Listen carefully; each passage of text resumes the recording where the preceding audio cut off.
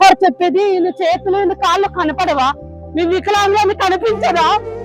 వికలాంగులని కనిపించదా sir? ఏ doctor sir మాకు ఇచ్చేది? వికలాంగు ఈ అబ్బాయిని చూడండి, మాకు నర్సింగ్ రాదు, ఏమి రాదు.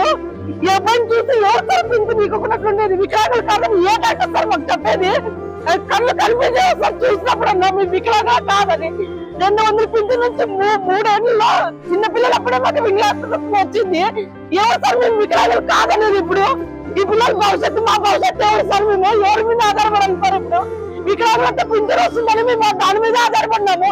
ఇప్పుడు లేదని చెప్తే మేము ఎవరి దగ్గర పోలేదు సార్. మేము రాష్ట్ర ప్రభుత్వం వీటిలో వెలుగులు పెట్టి అర్హత ఉండే వాళ్ళకి పింఛన్లు ఇవ్వాలి, కానీ తొలగించడం లేదు సార్. ఇది మాకు ఈ అబ్బాయిని చూడండి సార్, కాళ్ళు చేతులు ఇవ్వాలా?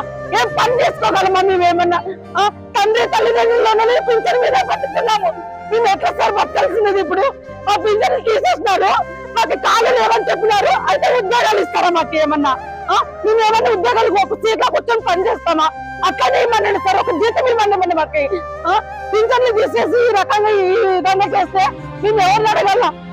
ఎవరిని అడగాలి సార్? మీకు దయచేసి విలేకరులకి అందరికీ దయచేసి అడుగుతున్నాం సార్, మా పింఛన్లు మాకు వచ్చేటట్లు చేయండి సార్. వెలికేసులు పెట్టినారు, ఇట్లా చూస్తేనే వికలాంగులని తెలుస్తుంది కదా సార్. వీళ్ళు వికలాంగులు కదండి, ఏ డాక్టర్ సార్ మాకు ఇచ్చేది ఇట్లా?